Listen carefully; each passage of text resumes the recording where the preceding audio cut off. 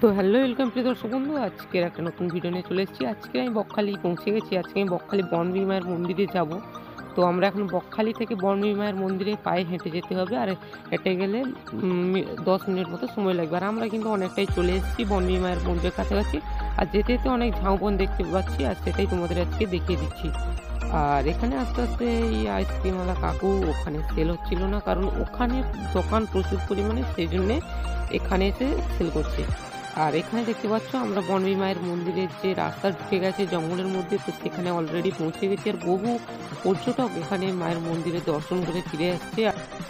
আর আমরা এখন উঁচুতে আছে, উঁচু দিয়ে নামতে হবে, আর এই নেমেই কিন্তু মায়ের দর্শন করতে হবে।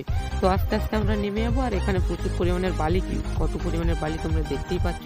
আর আমরা অলরেডি নেমে গেছি। আর এখানে দেখে যেটা, এখানে একজন সাধু বাবা বসে রয়েছে। আর এখানে দেখতে পাচ্ছ বহু পর্যটক এখানে পুজো দিচ্ছে, কেউ কেউ আবার ছবি তুলছে, কেউ ভিডিও করছে, আরো অনেকে বিভিন্ন ধরনের বিভিন্ন কাজ করছে। আর আমরা এখন মায়ের মন্দিরের সামনে দাঁড়িয়ে রয়েছি বকখালে। আর আমরা এখন দেখতে পাচ্ছ মায়ের মন্দিরের ভিতরে ঢোকার পারমিশন নেই ক্যামেরা করার, আর সেজন্য বাইরে থেকেই তোমাদের ভিডিও করে দেখাচ্ছি। আর এই একটা ছোট্ট মেয়ে এসছে এই প্রণামী বাক্সে টাকা দিতে, দেখতেই পাচ্ছ যে বামুন মশাই রয়েছে, বামুনবাবু, তিনি ওকে টিপ লাগিয়ে দিচ্ছে। আর এখানে একটা সেই সাধু বাবা বসে রয়েছে মন্দিরের ঠিক সাইডে। আর বহু পর্যটক এখানে দেখতে পাচ্ছ বেড়াতে এসছে। আর আমরা কিন্তু ওখান থেকে বেরিয়ে এসেছি। আর বলে রাখি, বকখালি থেকে ঢুকে তোমাদের বাঁ দিকে মাত্র 10 মিনিট হেঁটে গেলেই কিন্তু তোমরা বনবিবি মায়ের মন্দির পৌঁছে যাবে, বা কাউকে জিজ্ঞেস করে নেবে যে বনবিবি মায়ের মন্দিরটা কোথায়, তোমাদের দেখিয়ে দেবে।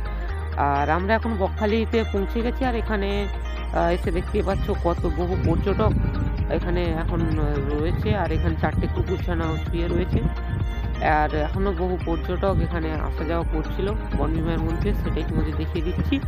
তো প্রিয় দর্শক বন্ধু, আজকের ভিডিওটা এখানেই শেষ করছি। দেখা হচ্ছে এই ধরনের নতুন নতুন ভিডিও নিয়ে। তাই প্লিজ চ্যানেলে যদি নতুন হয়ে থাকো চ্যানেলটি সাবস্ক্রাইব করো। সেই সাধু বাবাটাকে দেখে আমার একটু সন্দেহ লাগছিল, কারণ এটা যে আসল না নকল সেটাই বুঝতে পারছিলাম না। কারণ এই সাধু বাবাকে দেখছি হঠাৎ ওখানে বসেছিল, আবার জঙ্গলের দিকে চলে গিয়েছিল।